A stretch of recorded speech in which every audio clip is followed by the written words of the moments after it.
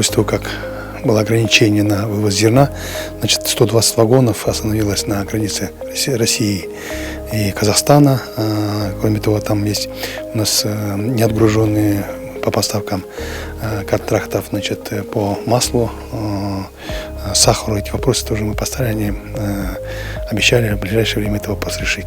В нашей стране будет открыта сборочная линия по КАМАЗ, сборочную линию по сборке автобусов. Это будет очень хорошее такое подспорье для развития промышленной кооперации в Кыргызской республике. Кроме того, мы поставили рассмотреть вопрос о, так скажем, миграционной амнистии.